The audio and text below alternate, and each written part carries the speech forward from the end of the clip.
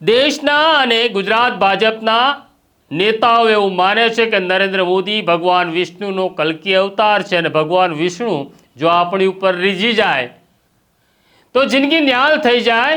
બની શકે કે લોકસભાની ટિકિટ મળે, રાજ્યસભાની ટિકિટ મળે, બની શકે કે આપણે પ્રદેશ પ્રમુખ પણ થઈ જઈએ। માટે આ આપણા કહેવાતા ભગવાનને રાજી રાખવા જરૂરી છે।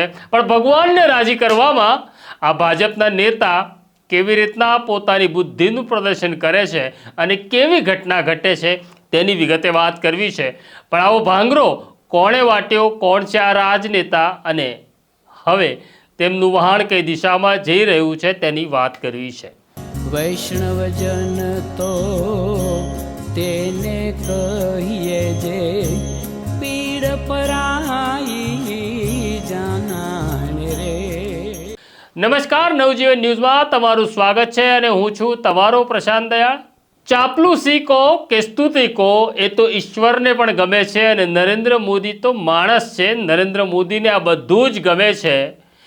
નરેન્દ્ર મોદીને માત્ર અરીસામાં પોતાનો ચહેરો જ જુઓ ગમે છે। નરેન્દ્ર મોદીને ફોટોની ફ્રેમમાં એકલા રહેવું જ ગમે છે અને પછી તેમની ફોટોની ફ્રેમમાં CR પાટીલ પડી જાય તો તેમને ગુસ્સો પણ આવે છે, કારણ કે CR પાટીલ તેમની ફ્રેમ પણ બગાડે છે। અને એટલે જ હવે એવું થઈ રહ્યું છે કે આ રાજનેતાઓમાં હોડ જામી છે કે આપણે નરેન્દ્ર મોદીના એવા વખાણ કરીએ કે નરેન્દ્ર મોદી પોતાની જોડીમાંથી આપણને કંઈક આપે, છેલ્લે રાજ્યસભાની ટિકિટ પણ આપે એવી ઈચ્છા કેટલાય નેતાઓને છે। પણ લાંબો સમયથી વિરામ કરી રહેલા ગુજરાતના પૂર્વ નાયબ મુખ્યમંત્રી નીતિન પટેલ ફરી મેદાનમાં આવ્યા છે। થોડા દિવસ પહેલાં તે સાચું બોલી ગયા હતા, કદાચ તે ઊંઘમાં હશે માટે સાચું બોલાઈ ગયું। તેમણે એવું કહ્યું કે હવે ભાજપમાં દલાલોની સંખ્યા વધી ગઈ છે અને પછી ભાજપના નેતા નારાજ થયા એટલે કહ્યું કે ના, હું બધા નેતાને દલાલ નથી કહેતો, એમ કહી એમણે વાત વાળી લીધી। 2017ની અંદર લગભગ તેમનું મુખ્યમંત્રી થવું નક્કી જ હતું। તેમણે પેંડા પણ વહેંચી દીધા હતા, પણ છેલ્લે વિજય રૂપાણી મેદાનમાં આવી ગયા। નીતિનભાઈ નારાજ થયા, સચિવાલય ગયા નહીં। તેમણે નરેન્દ્ર મોદી અને અમિત શાહનું નાક દબાવવાનો પ્રયત્ન કર્યો એટલે મંત્રી પદ મળ્યું, નાયબ મુખ્યમંત્રી પદ મળ્યું, પણ પછી હવે તેમને ટિકિટ નથી મળી એટલે હમણાં નવરાશ છે જિંદગીની, પણ આ નવરાશ અકળાવી મૂકે છે। આ રાજનેતાઓને હું નજીકથી જોઉં છું એટલે મને ખબર છે કે સતત લોકોની વચ્ચે અને લોકોની સલામી ઝીલનારા આ રાજનેતા જ્યારે સક્રિય રાજકારણમાં રહેતા નથી ને ત્યારે ઊંઘ આવતી નથી અને પસતું પણ નથી। કરોડોની સંપત્તિ છે પણ જિંદગીમાં મજા આવતી નથી। આવી મજા કદાચ નીતિન પટેલને નહીં આવતી હોય એટલે કડી ખાતે એક સમારંભ હતો, સમૂહ લગ્નનો સમારંભ હતો, તેમાં તેમણે નરેન્દ્ર મોદીના વખાણ કરવા માટે પહેલાં શું કહ્યું એ સાંભળી લો। બધાને જે તમે મૂર્તિની ભેટ આપી એ સરદાર વલ્લભભાઈ પટેલની સ્ટેચ્યુ ઓફ યુનિટીની મૂર્તિની ભેટ આપી છે। આ ભેટ એટલા માટે આપીએ છીએ કે સરદાર વલ્લભભાઈ એમણે ભારતની એકતા કરાવી। આપણા વડાપ્રધાન માનનીય નરેન્દ્રભાઈએ નક્કી કરેલું, ગુજરાતના મુખ્યમંત્રી હતા એ વખતે વડાપ્રધાન નહોતા, વડાપ્રધાન થશે એવી વાતચીત ચાલતી હતી આખી દેશની જનતામાં કે ગુજરાતના મુખ્યમંત્રી ભારતના વડાપ્રધાન બને તો સારું। પણ એ વખતે મુખ્યમંત્રી તરીકે નરેન્દ્રભાઈ મોદી સાહેબે નક્કી કર્યું કે આખા દેશની એકતા 500થી વધુ રજવાડા, 550 રજવાડાને એક કરનાર એવા સરદાર વલ્લભભાઈ જ્યારે ભારતની એકતાનું પ્રતીક કહેવાય ત્યારે એ એકતાના પ્રતીક તરીકે સ્ટેચ્યુ ઓફ યુનિટી, નર્મદા નદી, જ્યાં આપણો સરદાર સરોવર ડેમ છે જેનું પાણી આપણે બધા પીએ છીએ, આપણા ખેતરોમાં સિંચાઈ માટે એ પાણી વપરાય છે, લાખો પશુઓને પીવા માટે પાણી વપરાય છે, લાખો પક્ષીઓને જીવન માટે એ પાણી જરૂરી છે।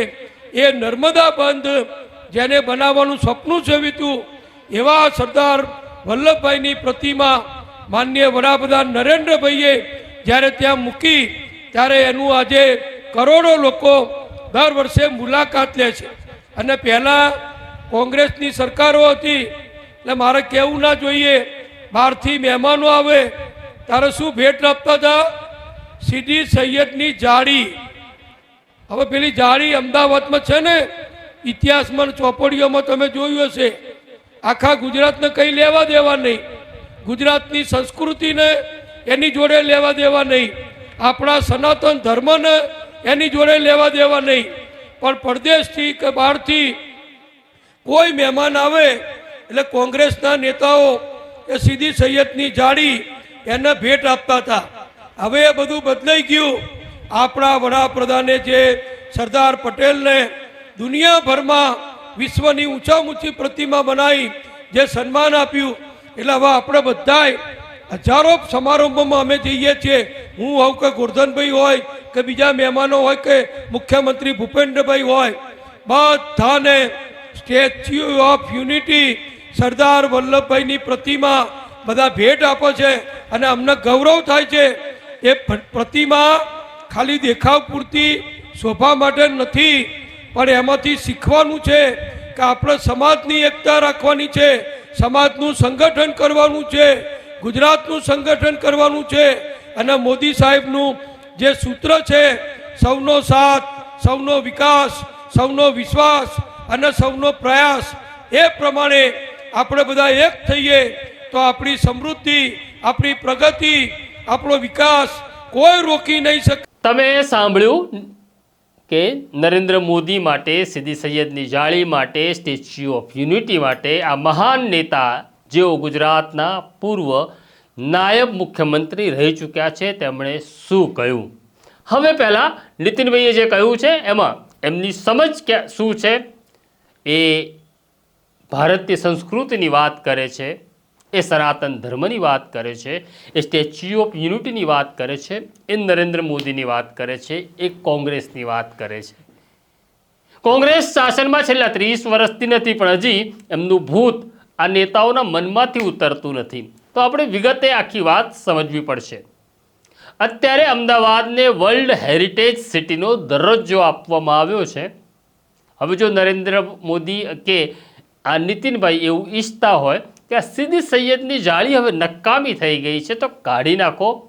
નીતિનભાઈ, તમને તો નહીં ખબર હોય, પણ નરેન્દ્ર મોદીને પાક્કી ખબર છે કે વર્લ્ડ હેરિટેજ સિટીનો દરજ્જો આવી અસંખ્ય વસ્તુના કારણે મળ્યો છે, જેમાંની સીદી સૈયદની જાળી એક છે. અને નરેન્દ્ર મોદી પણ જ્યારે વિદેશી મહેમાન અમદાવાદમાં આવતા હતા ત્યારે તેમને લઈને આ સીદી સૈયદની જાળી બતાડવા જતા હતા. આ મુસ્લિમ સ્થાપત્ય નથી, આ એક વૈશ્વિક સ્થાપત્ય છે. જો નીતિનભાઈને થોડી કલાની સમજ હોય તો તેમને માટે આ સ્થાપત્ય છે. પછી મનમાં જો ભૂસું ભર્યું હોય અને હિન્દુ મુસલમાનની વાત હોય તો તમને આ મુસ્લિમ સ્થાપત્ય લાગશે. એ નીતિનભાઈની સમજની તકલીફ છે. એટલે સીદી સૈયદની જાળી હટાવી શકાય નહીં. બહુ વર્ષો પહેલાં ભાજપના નેતાઓને એવો પણ વિચાર આવ્યો હતો કે આપણે અમદાવાદનું નામ બદલી કર્ણાવતી કરી દઈએ. ભાજપની જે ભગીની સંસ્થાઓ છે પોતાના લેટર હેડ ઉપર કર્ણાવતી શહેર, કર્ણાવતી નગર એવું લખે છે. હવે મારે નીતિનભાઈને સવાલ પૂછવો છે. નીતિનભાઈ, ગુજરાતમાં તમારી સરકાર છે અને દિલ્હીમાં પણ તમારી સરકાર છે, તો બદલો ને નામ, કર્ણાવતી નગર કરો. તમને નહીં ખબર હોય કાયદો અને નિયમ, પણ કહી દઉં, તમારા દિલ્હીમાં બેઠેલા આકાઓને ખબર છે કે જો કર્ણાવતી નગર કરી દેવામાં આવે તો વર્લ્ડ હેરિટેજ સિટીનો દરજ્જો તમારો જતો રહે. એની દિલ્હીવાળાઓને ખબર છે, એટલે નામ બદલતા નથી. આ કર્ણાવતી નામ તો એટલે કરવું હતું, મારા જેવા આ દેશના કરોડો લોકોને તમારે હિન્દુત્વના નામે મૂર્ખ બનાવવા હતા, માટે તમે કર્ણાવતી કર્ણાવતી કરતા હતા.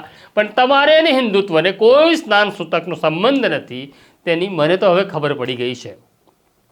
હવે વાત તમે સરદાર પટેલની કરો છો કે નરેન્દ્રભાઈ આવ્યા એની પહેલાં કોંગ્રેસના નેતાઓ, મહેમાનો આવે તેને સીદી સૈયદની જાળીની પ્રતિકૃતિ એટલે કે મોમેન્ટો ભેટ આપતા હતા. વાત સાચી છે, પણ હવે નરેન્દ્રભાઈએ સ્ટેચ્યુ ઓફ યુનિટી બનાવ્યું એટલે સરદાર પટેલના સ્ટેચ્યુ ભેટમાં આપવામાં આવે છે, એ વાત પણ સાચી છે. તમને એવું લાગે છે કે તમારા નેતા, કારણ કે તમે પણ પટેલ છો, તમારો પટેલ તરીકેનો આત્મા એટલા માટે બળવાન થયો છે, તાકાતવર થયો છે કે તમને એવું લાગે છે કે નરેન્દ્ર મોદીએ પટેલો માટે ખૂબ કર્યું, સ્ટેચ્યુ ઓફ યુનિટી બનાવી. પણ નીતિનભાઈ, આ નરેન્દ્ર મોદીએ તો પટેલોને મૂર્ખ બનાવ્યા છે. એની તમને ખબર છે કે નહીં ખબર નહીં, મને તો ખબર છે. કોંગ્રેસનું શાસન હતું ત્યારે સરદાર પટેલ મોટેરા સ્ટેડિયમ બનાવવામાં આવ્યું, જેનું નામ ફરી કહું છું નીતિનભાઈ, સરદાર પટેલ મોટેરા સ્ટેડિયમ એવું નામ હતું. હવે તમે જે નરેન્દ્ર મોદીની દુહાઈ આપો છો કે જેમણે સ્ટેચ્યુ ઓફ યુનિટી બનાવ્યું, જેમને સરદાર સાહેબ માટે ખૂબ પ્રેમ છે, એ જ નરેન્દ્ર મોદીએ સરદાર પટેલ મોટેરા સ્ટેડિયમનું નામ હટાવી નરેન્દ્ર મોદી સ્ટેડિયમ કરી નાખ્યું. હવે નરેન્દ્રભાઈનો પ્રેમ કેવો છે એ જરા સમજાવો. અને તમારી અંદર જો પટેલનો આત્મા જીવતો હોય અને તમે જય સરદાર, જય પાટીદારના નારા લગાડતા હો, તો આજે રાત્રે નીકળો તમારા ઘરેથી અને કૂચડો ફેરવી આવો નરેન્દ્ર મોદી સ્ટેડિયમ ઉપર. તો મને એવું લાગશે તમારામાં રહેલો પટેલ કે પાટીદાર જીવંત છે. બાકી પટેલોને પણ મૂર્ખ બનાવવાનું બંધ કરી દો.